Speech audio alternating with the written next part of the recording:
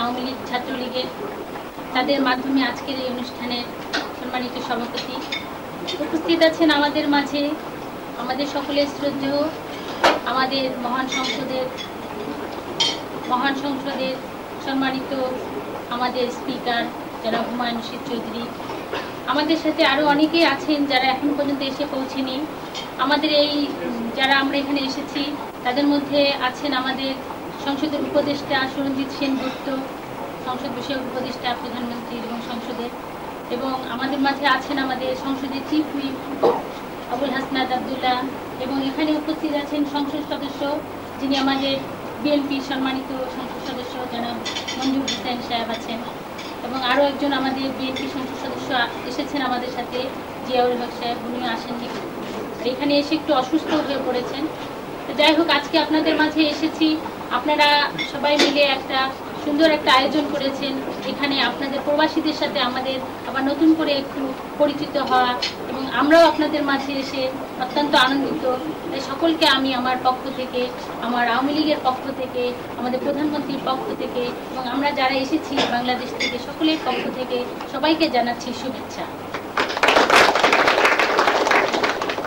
আসলে এখানে বক্তব্যের পরিবেশ নয়, আমি মনে করি আমরা সকলে একসাথে হয়েছি, এটাই সবচেয়ে বড় আনন্দের ব্যাপার।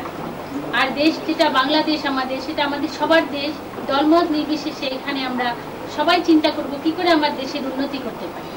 আজকে আমার প্রবাসী যারা ভাই বোনেরা এখানে আছেন তাদেরও মনে একটাই চিন্তা রাখতে হবে, আদর্শ দিক থেকে কেউ হয়তো, যেহেতু আমরা ডেমোক্রেসি আমাদের দেশে, যেহেতু আমরা গণতন্ত্র বিশ্বাস করি, সেহেতু যে কোনো দল করতে পারে, কিন্তু তারপরে আমাদের সবসময় চিন্তা রাখতে হবে যখন আপনারা বিদেশে আছেন, আপনারা সবাইকে ছেড়ে বিদেশে এসেছেন, লেখাপড়া করছেন, কেউ কাজ করছেন, আপনাদের সবচেয়ে বড় চিন্তা হতে হবে প্রথম দেশের চিন্তা।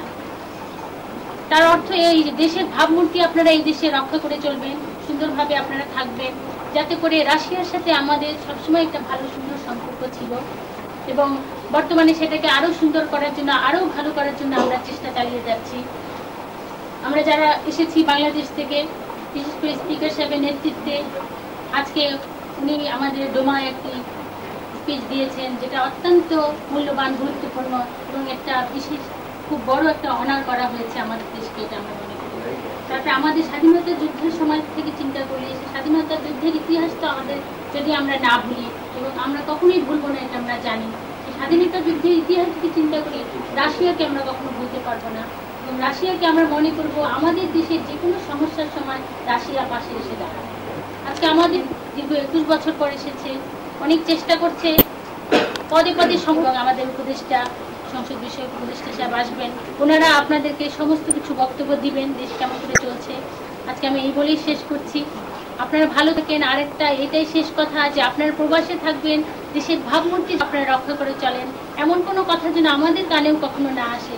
আমরাও হয়তো অনেক সময় অনেক ভুল কথা শুনতে পারি, যেটা সঠিক নাও হতে পারে, যেটার কারণে আমরা যেন রাশিয়ায় যেন মনে হয় না, যেন কেউ ভাবে না যেন বাংলাদেশের মানুষরা সঠিক না, ভালো না, তারা সঠিক পথে চলে না, এই ধরনের যেন কোনো ধরনের কথা না শুনি। আপনারা ভালো থাকবেন, এবং তার রাশিয়ানরা যাতে মনে করে যে হ্যাঁ আমাদের বাংলাদেশ খুব ভালো একটা দেশ, সেখানে মানুষ ভালো, এবং তারাও সাহায্যের হাত বাড়িয়ে দিবে, আমরাও তাদের সাথে ব্যবসা বাণিজ্যে পাশাপাশি থেকে এগিয়ে যেতে পারি। এই বলে আমার কথা শেষ করছি। আবারও সবাইকে শুভেচ্ছা জানাচ্ছি। খোদা হাফেজ, ধন্যবাদ।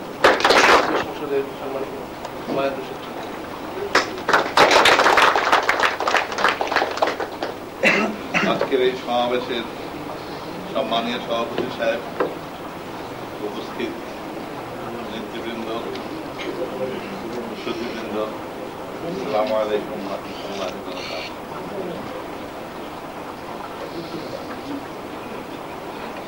আপনারা আমাকে একজন আওয়ামী লীগের হিসেবে আমন্ত্রণ জানিয়েছেন এবং আমাদেরকে আপ্যায়িত করার ব্যবস্থা করেছেন। এর জন্য আপ্যায়নের দায়িত্বপ্রাপ্ত দুজন, ছাত্রলীগ এবং আওয়ামী লীগের দুজনের সাথে পরিচয় হলো একটু আগে, তাদেরকে অনেক ধন্যবাদ, এবং রাশিয়ার আওয়ামী লীগকে ধন্যবাদ। রাশিয়ার আওয়ামী লীগের রাশিয়া শাখার এইখানে আসার সময় আমি চিন্তা করছিলাম যে কি বলবো। আমার উপর একটা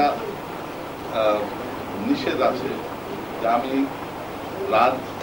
কোন রাজনৈতিক মানে দলীয় কর্মকাণ্ডে যাতে সম্পৃক্ত না হয় সেই রকম একটা নির্দেশ আছে। কিন্তু তবু আপনারা এত আগ্রহভাবে আমাকে দেখছেন, দু একটি কথা না বলে কি করে আমি খাদ্য গ্রহণ করি। তাই এখানে আসার সময় দুটো বক্তৃতা মনে মনে ঠিক করেছি, একটা খুব ছোট্ট আর একটা খুব লম্বা। তো আমি আপনাদের সাথে কথা বলতে গিয়ে আমি চিন্তা করলাম যে একটা লম্বা বক্তব্য। ছোট্ট বক্তব্য ছিল থ্যাংক ইউ ভেরি মাচ, আর লম্বা বক্তব্যটা কি বলে thank you very very very much. তো আপনারা শুনেছেন আমরা আপনাদের কাছ থেকে কি আশা করতে পারি। সত্যের ভিত ছিল বঙ্গবন্ধু শেখ মুজিবুর রহমান, আমাদের জাতির পিতা। উনি এইখানে 1972 সনে এই সরকারের সাথে এই দেশের সাথে সম্পর্ক স্থাপন করেছিলেন।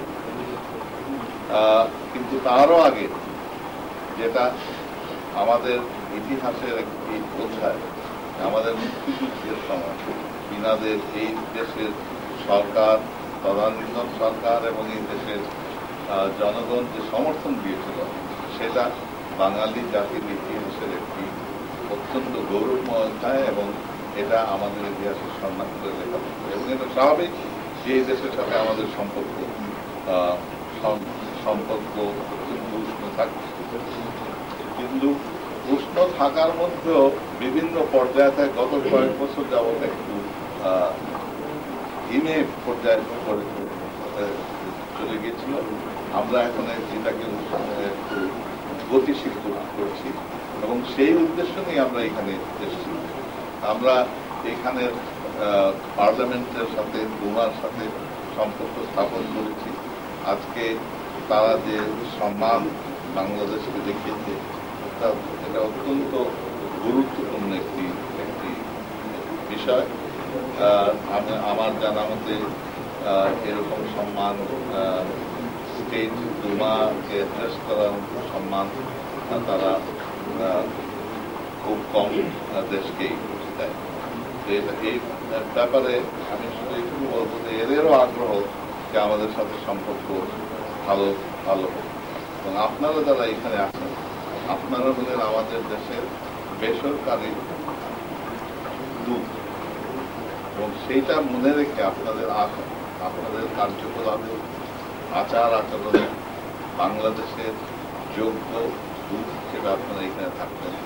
যে যেখানেই কাজ করছেন আপনারা এটা বুঝবেন না যে আপনারা বাংলাদেশের নাগরিক, এবং এই দেশে আমাদের ভাবমূর্তি উজ্জ্বল বা অন্যথা হবে সেটা আপনাদের উপর নির্ভর করে। শুধু দূতাবাস এবং রাষ্ট্রদূত কি উজ্জ্বল করতে পারে, ভাবমূর্তি উজ্জ্বল করতে পারবেন না, আপনাদের সহযোগিতা রয়েছে। এই জন্য আপনারা এখানে আছেন, আপনারা সুখে থাকেন, ভালো থাকেন। যে উদ্দেশ্য নিয়ে এসছেন সেই উদ্দেশ্য আপনার সফল হোক এই কামনা করে, আপনাদের সর্বাঙ্গীন মঙ্গল কামনা করে, এবং আপনাদের সবাই যাতে দেশে গিয়ে দেশকে আরো সমৃদ্ধশালী আরো উন্নত করতে পারেন। এই দেশের শিক্ষা প্রতিষ্ঠানগুলো থেকে অন্যান্য প্রতিষ্ঠানগুলোকে শিক্ষা নিয়ে আমাদের দেশকে কিভাবে সমৃদ্ধ আর সুন্দর করতে পারেন, আরো উন্নত করে, সেই চিন্তা ভাবনা নিয়ে আপনারা দেশে আসেন, দেশকে গড়ে তোলেন। বাংলাদেশ একটি সম্ভাবনাময় দেশ, এই দেশও একটি সম্ভাবনাময় দেশ। এই দু দেশের সম্পর্ক সুসম্পর্ক থাকবে আমাদের সবাইরই মঙ্গল। আপনাদের সবাইকে অশেষ অশেষ অশেষ অনেক অনেক অনেক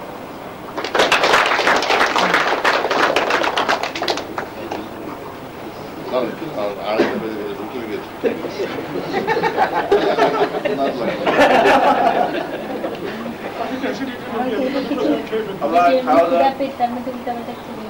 এই তো দেখেন না, ওনারও করে